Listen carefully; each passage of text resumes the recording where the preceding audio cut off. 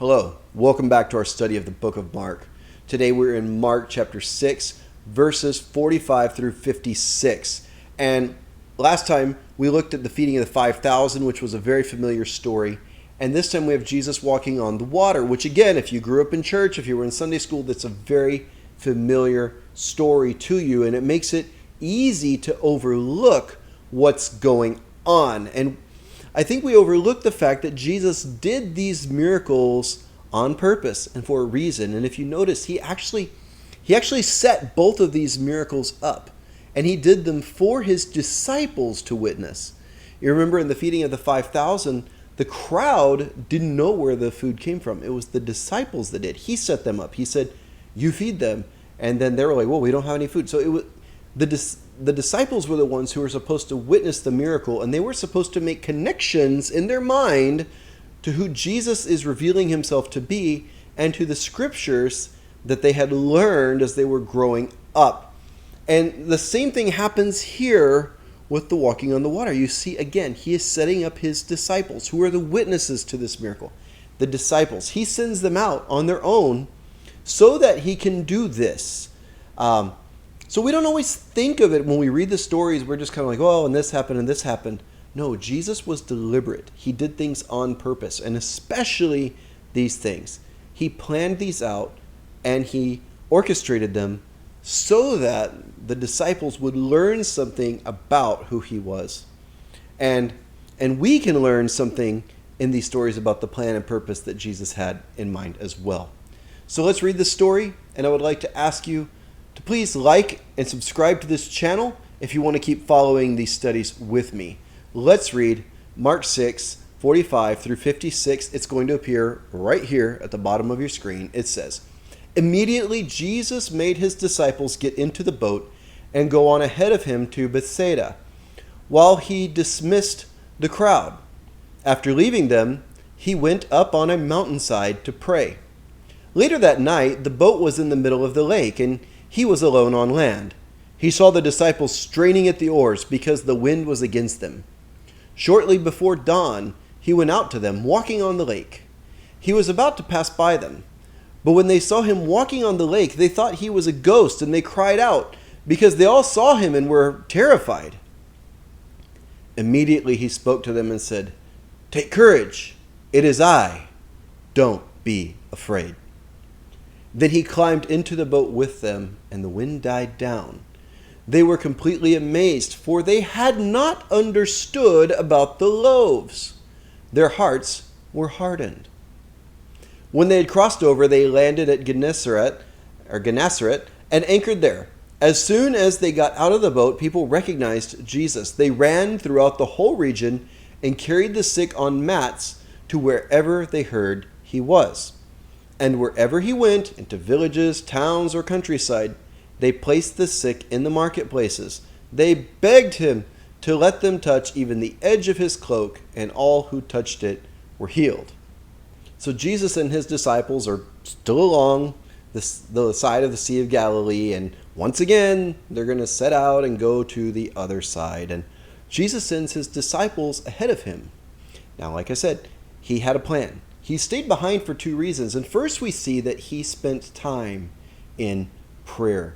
And it looks like he spent most of the night in prayer. So this tells us something, that prayer was essential to Jesus' ministry. In the scripture, we often see Jesus going off by himself to pray and to rest. We talked about rest last time, but this one we see specifically that he went off to pray. And prayer was fuel for his ministry. And so if we're ever tempted to minister without prayer, we should learn from Jesus. Because honestly, if anyone could minister without prayer, you'd think it'd be Jesus, right? Because he's God. So why would he need to pray? But we see from Jesus the example that Jesus was constantly in communication with God the Father through prayer. And we should learn from Jesus' example, and we should not be ministering apart from prayer and being in communication with God. Now, like I said, Jesus was acting deliberately. Not just to spend time in prayer, which is very important to his ministry, and it's important to our lives and ministry too. but also because he wanted to demonstrate something for his disciples.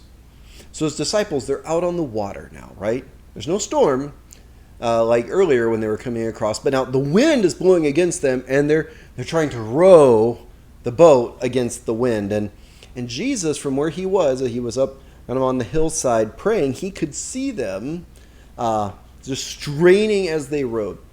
And some people have said maybe it's just miraculous eyesight or something because it was late at night. But you got to remember, they didn't have electricity, so stars and moon actually made quite a bit of light. So, although I'm not discounting that Jesus would have ability to see miraculously, I just think that he could probably see them on the water with the light of the moon and the stars. But that's neither here nor there. Just a little aside. But he's watching them while he prays. And he prays most of the night, right? It says before the daybreak, and some translations it says during the fourth watch, which is between 3 a.m. and 6 a.m. So they've been out working their way across the Sea of Galilee all night with the wind blowing against them. He's been up praying and watching them. And then he sets out walking across the water. And he was about to pass them when they saw him and thought he was a ghost. And they were all afraid. Now that makes sense, right? Because not unlike us today, Jewish superstition held that a ghostly appearance at night brought disaster. This was made even more scary by the fact that they're out on the water, because I've mentioned before that the waters were associated with chaos and danger and destruction. And so they see him, and they're out on the water, and they panic. And he calls out to them, "Take courage. It is I. Don't be afraid." And he got into the boat with them, and immediately the wind died down, and they were amazed. But why were they amazed? Now here's something interesting. Now we might think it's silly. Of course they were amazed. He was just walking on the water, right? No, but Mark implies something. Notice what he says. Mark seems to imply that they should not be amazed at all. Like they shouldn't be surprised. He says that they were amazed because they did not understand about the loaves, because their hearts were hardened. So in other words, the feeding of the 5,000, the multiplication of the loaves that Jesus had done for the benefit of his disciples, they had not understood that. And that's why they're amazed now. If they had understood that, they would expect Jesus to behave in this way. They would expect these things from Jesus, but they didn't expect it because they did not understand what he was showing them, because their hearts were hard. And in this way, they weren't all that different from Jesus' opponents. Jesus' opponents had hard hearts. And, sometimes people who should expect to see God do great things, talking about us, if we're a Christian, we should be expecting to see God do great things. And then when he does, we're like, whoa, we're blown away, because our hearts are actually hard.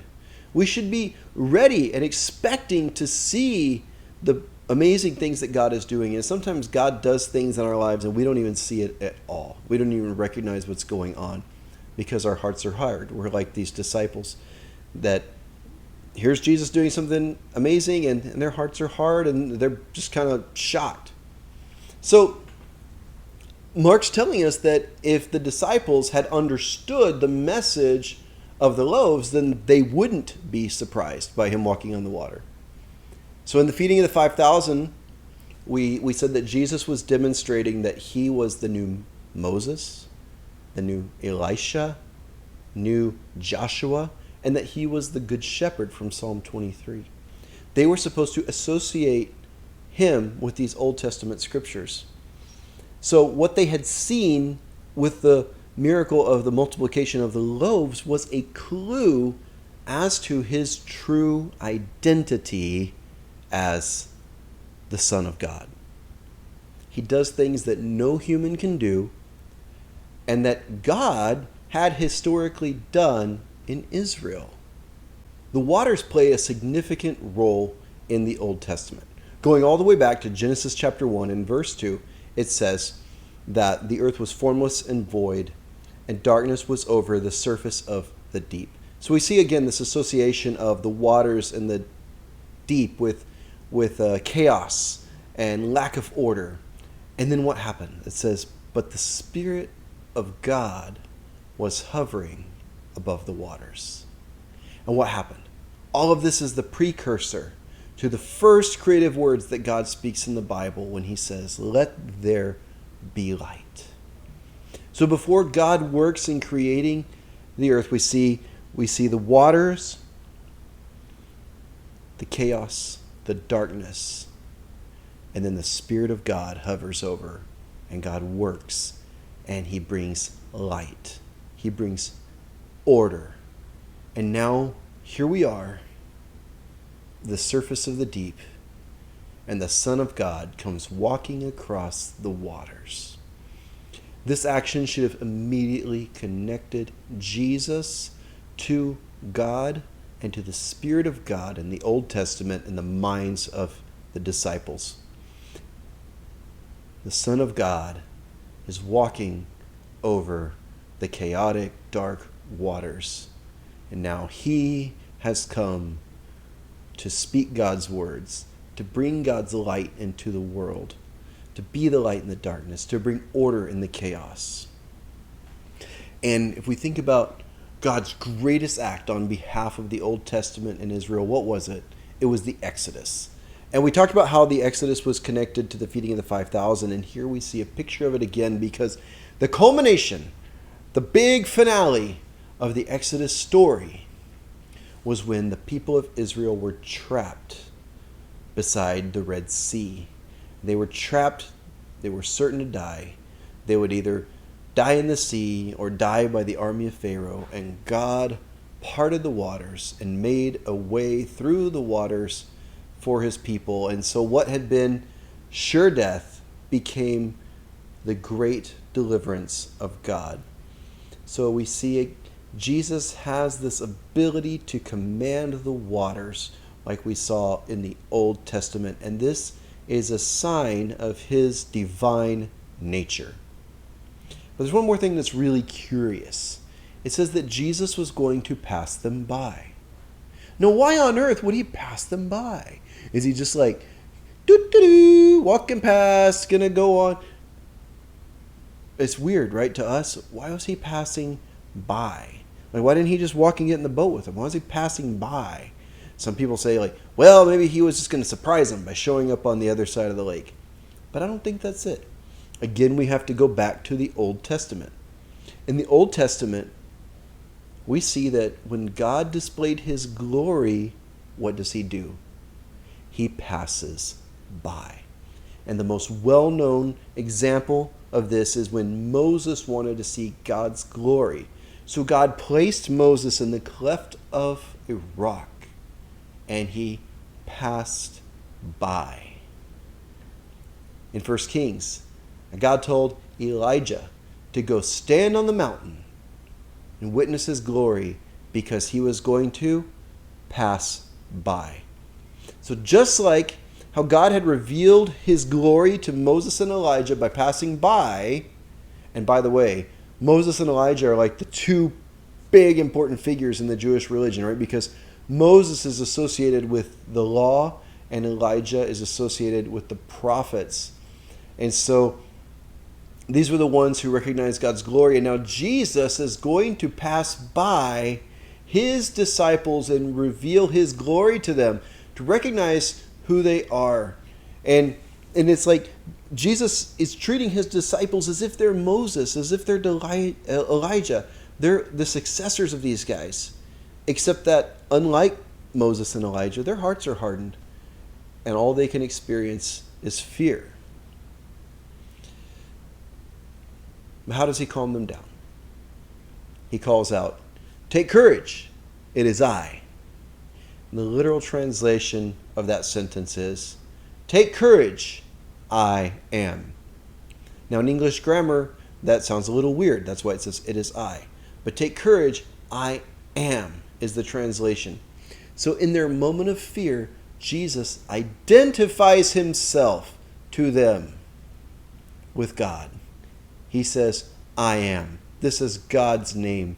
He identifies himself to them using God's name. And we go back again to when Moses saw God's glory in the cleft of the rock. When God passed by, what did he do? He called out his name. So Jesus is acting just like God acted when he passed by and called out his name to reveal his glory. Jesus has passed by his disciples walking on the water, and he has called out his name to them. So we see in this passage that Jesus is identifying himself with the God of the Old Testament. And Mark has written this story because even though the disciples had hard hearts and they didn't understand it at that point, Mark wants you to understand who Jesus is. And he wants you to be ready to witness God's glory when he passes by.